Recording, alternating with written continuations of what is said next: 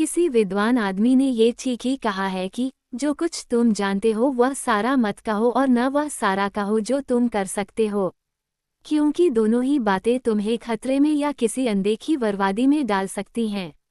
जैसा कि आप लोग अभी सुनेंगे कि जिसने एक गरीब लड़की को उसकी ताकत में जितना नुकसान पहुंचाना था पहुंचाया, पर फिर वो इतने बुरे तरीके से अदालत में आई कि उसको अपने जुर्म की सजा अपने आप ही बतानी पड़ी और उसको वही सजा देनी पड़ी जिसकी वह हकदार थी। लोंग टावर के राजा के एक बेटा था जो उसकी आंख का तारा था। उसी पर उसकी सब आशाएं टिकी हुई थीं। वो उस दिन का बेचैनी से इंतजार कर रहा था जब वो उसकी शादी करेगा।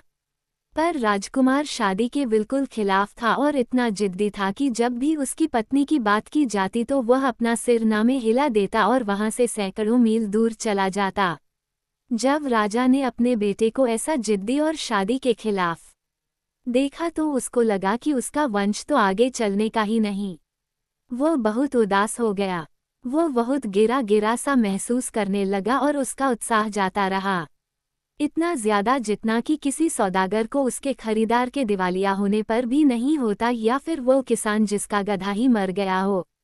न तो राजा के आंसू ही राजकुमार को पिघला सके और न ही दरबारियों की कोई प्रार्थना ही उसको मना सकी। न विद्वानों का समूह ही उसके दिमाग को बदल सका। उन सबने राजकुमार को उसके पिता की इच्छा, लोगों की मांगे और उसका अपना मतलब बताया कि वो उस शाही खानदान का आखिरी आदमी था और वंश को आगे चलाने के लिए उसका शादी करना जरूरी था। क्योंकि केरला 133 और एक जिद्दी खच्चर जिसकी 4 अंगुल मोटी खाल थी कि जिद के सामने उसने अपना पैर जमा दिया। किसी भी बेरहमी के लिए उसके कान बंद कर दिए। पर अक्सर ऐसा होता है कि जो सदियों में भी नहीं होता वह 1 घंटे में हो जाता है। इस समय ये कोई नहीं कह सकता है कि यहाँ रुक जाओ या वहाँ जाओ। तो एक दिन ऐसा हुआ जब सब खाना खा रहे थे तो राजकुमार नई बनी हुई चीज का एक टुकड़ा काट रहा था। साथ में वह मेज पर बैठे लोगों की बातचीत भी सुनता जा रहा था कि चीज काटते समय उसकी उंगली कट गई। उसकी उंगली से 2 बूंद खून उस चीज पर गिर पड़ा।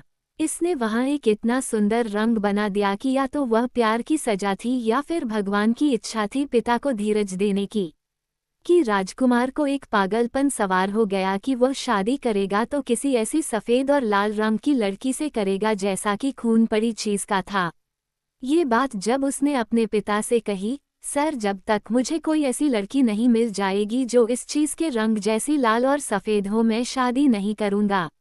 अब आप सोच लीजिए, अगर आप मुझे जिंदा और ठीक देखना चाहते हैं तो आप मुझे वह सब दीजिए जिसकी मुझे ज़रूरत हो और मुझे दुनिया में जाने की इजाज़त दे ताकि मैं ऐसी लड़की को ढूंढ सकूं, वरना मैं तिल तिल करके मर जाऊंगा। राजा ने जब उसका यह पागलपन भरा इरादा सुना तो उसको लगा कि उसका घर तो गिर रहा है। उसके चेहरे पर रंग आने जाने लगे, पर जल्दी ही वह संभल गया। जैसे ही वह बोलने की हालत में हुआ उसने कहा, मेरे प्यारे बेटे, मेरी जिंदगी की जान, मेरा दिल, मेरा जिगर, मेरे बुढ़ापे की लाठी, तुम्हारे दिमाग के ये किस पागलपन ने तुमको यह फैसला करने को कहा है? क्या तुम्हारी इंद्रियों ने काम करना बंद कर दिया है या तुम्हारी अक्ल चरने गई है? या तो तुम्हें सब चाहिए या फिर कुछ भी नहीं चाहिए। पहले तो तुम इसलिए शादी ही नहीं करना चाहते थे कि मुझे कहीं कोई वारिस न मिल जाए, और अब तुम मुझे दुनिया से ही भगाने के लिए बेचैन हो। तुम कहाँ जाओगे, कहाँ घूमोगे, अपनी जिंदगी बर्बाद करोगे और अपना मकान, अपना चूल्हा, अपना घर छोड़ोगे। तुम नहीं जानते कि जो लोग इधर उधर घूमते फिरते हैं उनके ऊपर क्या क्या मुसीबतें आती हैं। बेटा, अपने इस पागलपन को छोड़ दो, समझ से काम लो और मेरी जिंदगी को खराब करने की कोशिश मत करो। यह मकान नीचे गिर जाएगा, मेरी गृहस्थी बिखर जाएगी। पर राजा के ये और दूसरे शब्द भी राजकुमार के इस कान में गए और दूसरे कान से निकल गए और समुद्र में जा गिरे। बेचारे राजा ने ये देखकर कि उसके बेटे को किसी भी तरह नहीं समझाया जा पा रहा, वह तो ऐसा हो गया था जैसे कौवा घंटा घर पर। सो उसने राजकुमार को मुट्ठी भर डॉलर दिए, 2-3 नौकर दिए और विदा कहा। उसको लगा जैसे उसके शरीर से उसकी जान निकल गई हो। बहुत जोर जोर से रोते हुए वह छज्जे की तरफ चला और वहां से अपने बेटे को तब तक जाते देखता रहा जब तक वो उसकी आंखों से ओझल नहीं हो गया। राजकुमार अपने दुखी पिता को निराश छोड़कर मैदानों और खेतों, जंगलों, पहाड़ों, घाटियों और कई देशों से होकर जल्दी जल्दी चल दिया। वो अपनी आंखें हमेशा खुली रखता कि कहीं उसको अपनी चाहने वाली चीज मिल जाए। कई महीनों बाद वह फांस के समुद्री किनारे पर आया, जहां उसने अपने नौकरों को दुखते हुए पैरों के साथ एक अस्पताल में छोड़ा और वह जिनोआ की नाव में अकेले ही चढ़कर जिब्राल्टर की खाड़ी 35 की तरफ चल दिया।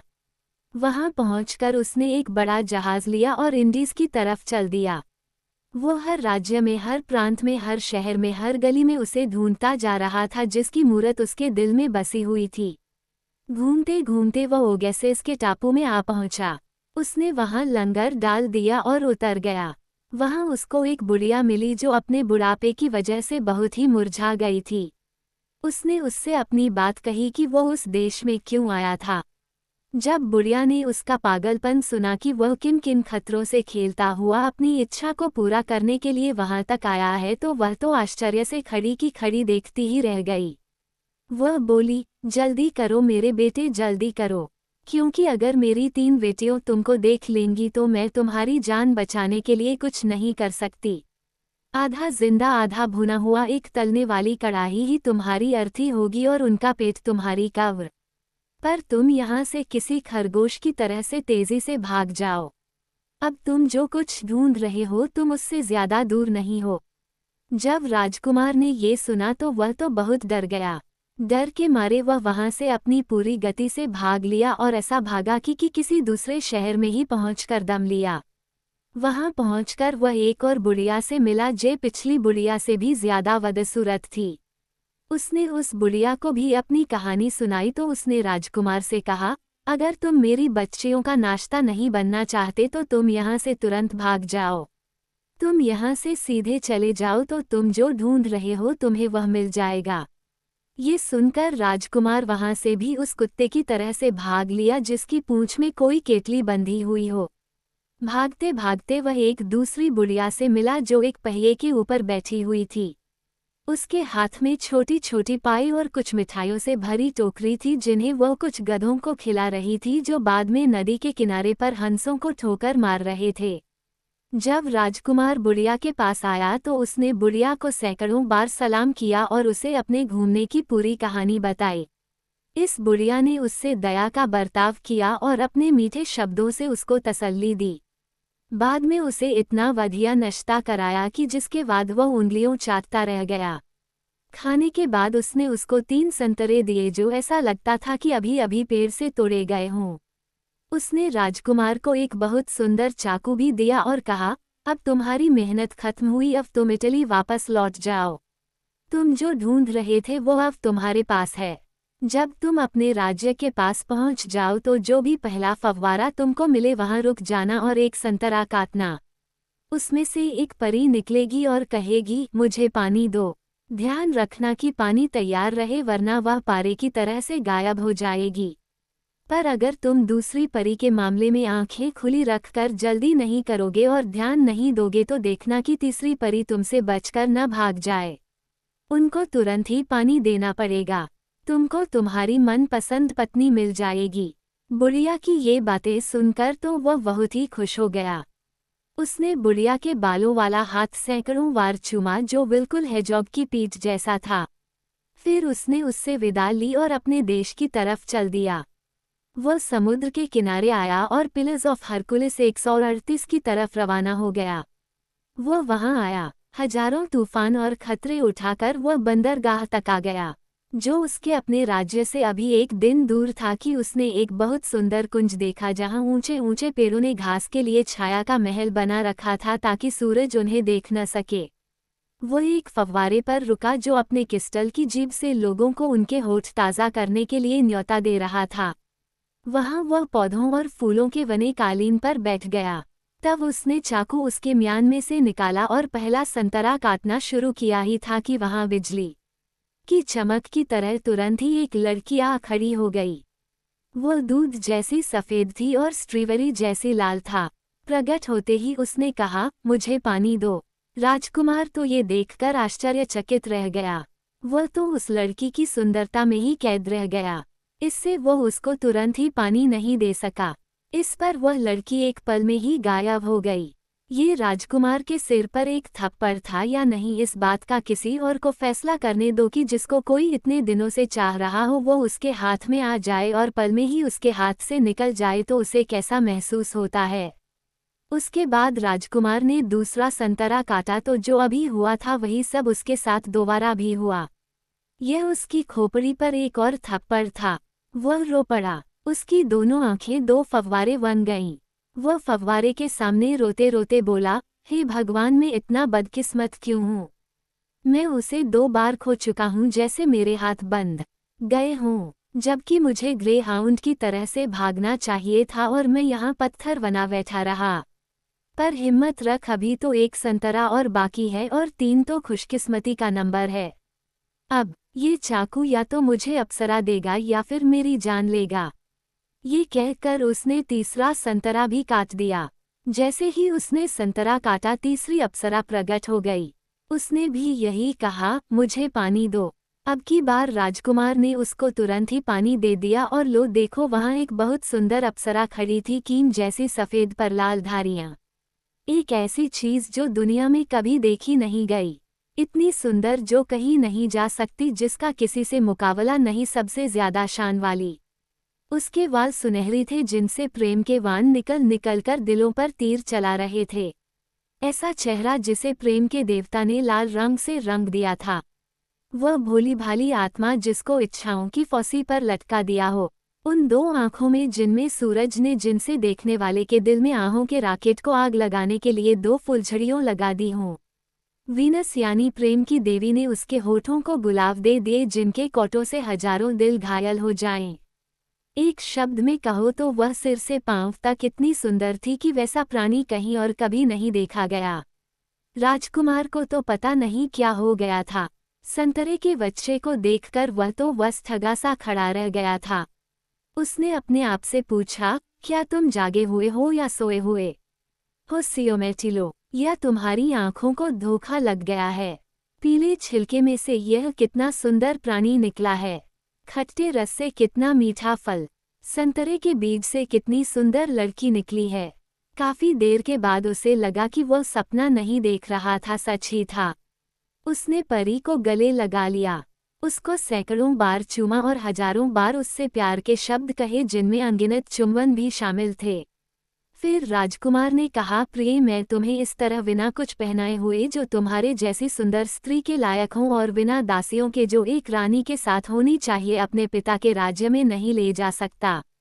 तो तुम इस ओक के पेड़ पर चढ़ जाओ जहां ऐसा लगता है कि प्रकृति ने तुम्हारे लिए एक छिपने की जगह बनाई हुई है। यहाँ बैठकर तुम मेरे लौटने का इंतजार करो, क्योंकि मैं बस बहुत जल्दी ही एक आंसू के सूखने से पहले ही तुम्हारे लिए कपड़े और नौकर लेकर वापस आता हूँ और तुम्हें घर ले जाऊंगा। उसके बाद कुछ रस्मों के बाद वह वहां से चला गया। अब हुआ ऐसा कि एक स्त्री मालकिन अपनी एक काली दासी को से पानी भरने के लिए भेजा तो वह कुएं पर पानी भरने आई। इत्तफाक से उसकी नज़र पानी में पड़ी एक लड़की की परछाई पर पड़ी। उसने सोचा कि वह परछाई उसी की है तो वह आश्चर्य से चिल्ला पड़ी, ओ बेचारी लूसिया, मैं ये क्या देख रही हूँ। मैं इतनी सुंदर और मालकिन मुझे यहाँ भेजती है। नहीं नहीं, अब मैं इससे ज्यादा सहन नहीं कर सकती, कहकर उसने अपने घड़ा तोड़ दिया और घर लौट गई। जब उसकी मालकिन ने पूछा, तुमने ये शरारत क्यों की, तो वह बोली, मैं अकेली गई थी, घड़ा पत्थर पर गिरकर टूट गया। उसकी मालकिन ने इस कहानी विश्वास न करते हुए भी विश्वास कर लिया। अगले दिन उसको एक सुंदर छोटा घड़ा दिया जिसको उसने पानी भरकर लाने के लिए कहा। सो वह फिर वहां लौटी। उसने फिर से पानी में वह सुंदर शक्ल की परछाई देखी तो फिर वह बोली, मैं कोई बदसूरत दासी नहीं हूँ, मैं कोई चौड़े पैर वाली वतक भी नहीं हूँ, मैं तो उतनी ही सुंदर हूँ जितनी मेरी मालकिन। मैं अब फव्वारे पर नहीं आऊंगी, कहकर उसने वह सुंदर घड़ा 70 टुकड़ों में तोड़ दिया और शिकायत करती हुई घर चली गई। घर जाकर वह अपनी मालकिन से बोली, वहाँ एक गधा आया था, मेरा घड़ा कुएं पर गिर गया और टुकड़े टुकड़े हो गया। अब की बार मालकिन से नहीं रहा गया, उसने एक झाड़ू उठाए और उससे दासी को इतना पीटा कि उसको उसका दर्द बहुत दिनों तक रहा। उसके बाद उसने उसको एक चमड़े का थैला दिया और जा भाग और अपनी गर्दन तोड़ ले। ओ कहा अभागिन दासी, ओ टिड्डे की टॉग वाली, ओ काली वीटल, जा भाग और मुझे ये थैला भर कर पानी लाकर दे, वरना मैं तुझे कुत्ते की तरह से टॉग दूंगी और तेरी बहुत पिटाई होगी। दासी वहां से फिर चली गई क्योंकि वह पहले की मार देख चुकी थी और अब डर रही थी। जब वह चमड़े के थैले में पानी भर रही थी तो उसने पानी में वो परछाई फिर से देखी तो वो बोली, मैं बेवकूफ़ यहाँ पानी भरूं, इससे अच्छा तो अक्लमंदी से जीना है। इतनी सुंदर लड़की इतनी बुरी मालकिन की सेवा क्यों करे। इतना कहकर उसने अपने सिर में से एक हेयर पिन निकाली और उससे उसने चमड़े के थैले में बहुत सारे छेद कर दिए, जो अब किसी बागीचे में जो सैकड़ों छेद वाले किसी पानी देने वाले बर्तन की तरह दिखाई दे रहा था। जब परी ने ये देखा तो वह हंस पड़ी। दासी ने जब हंसी की आवाज़ सुनी तो उसने ऊपर देखा तो उसको वहां एक परी दिखाई दी तो वह बोली, ओहो, तो वह तुम हो जिसने मुझे पिटवाया, पर चिंता मत करो। फिर वह परी से बोली, तुम वहां क्या कर रही हो वो सुंदर लड़की। परी जो बहुत ही शालीन थी उसने उसको वह सब बता दिया जो वह जानती थी और जो कुछ राजकुमार के साथ हुआ था, जिसका वह हर घंटे हर पल बढ़िया कपड़ों और दास दासियों के साथ आने का इंतजार कर रही थी कि वह आएगा और उसे अपने पिता के राज्य ले जाएगा। फिर वहां वे साथ साथ खुश खुश रहेंगे। जब उस दासी ने जिसके दिमाग में बुराई भरी थी यह सब सुन तो उसने सोचा कि यह इनाम तो वह खुद ले सकती है। सो उसने परी से कहा, तो तुम अपने पति का इंतजार कर रही हो तो मैं ऊपर आती हूँ और तुम्हारे बालों में कंघी कर देती हूँ।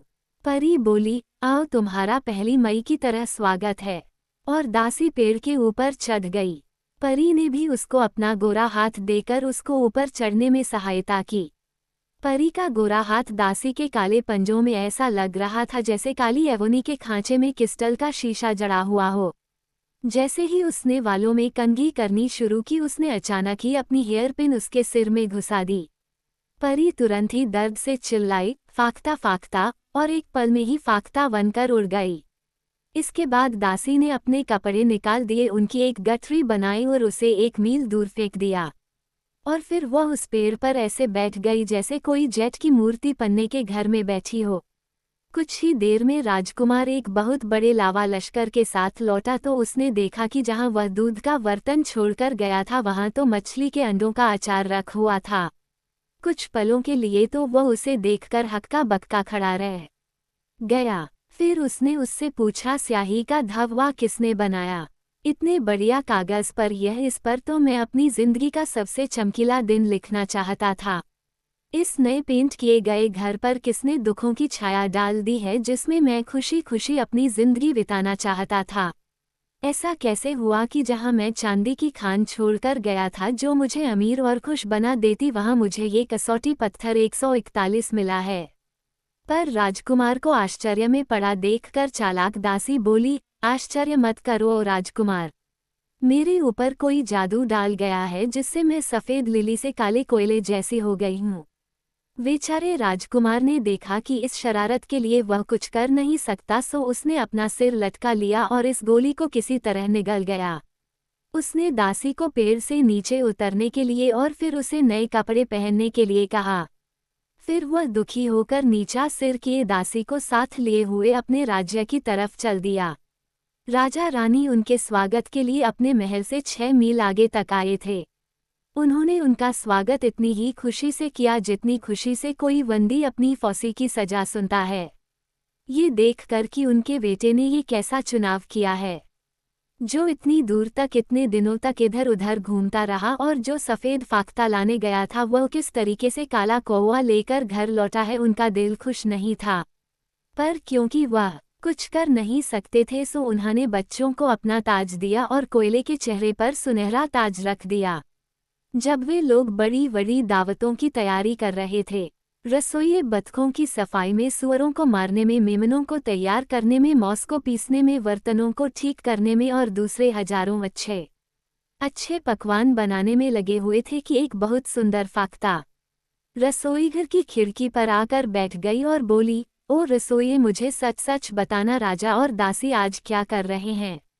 पहले तो रसोइये ने उसकी तरफ ध्यान नहीं दिया, पर जब वो दोबारा तिवारा लौटी और अपना वही सवाल दोहराया तो वह यह आश्चर्यजनक बात बताने के लिए खाने के कमरे की तरफ दौड़ा गया। जब दासी ने ये सुना तो उसने उसको तुरंत ही पकड़ने और मारकर पकाने का हुक्म दे दिया।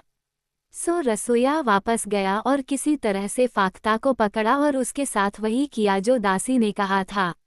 उसके पंख निकलने के लिए उसने चिड़िया को उबालकर उसका पानी और पंख उसने खिड़की से बाहर एक क्यारी डाल दिया। 3 दिन में ही उसमें एक संतरे का पेड़ उगाया जो बहुत जल्दी ही अपने पूरे साइज तक बढ़ गया।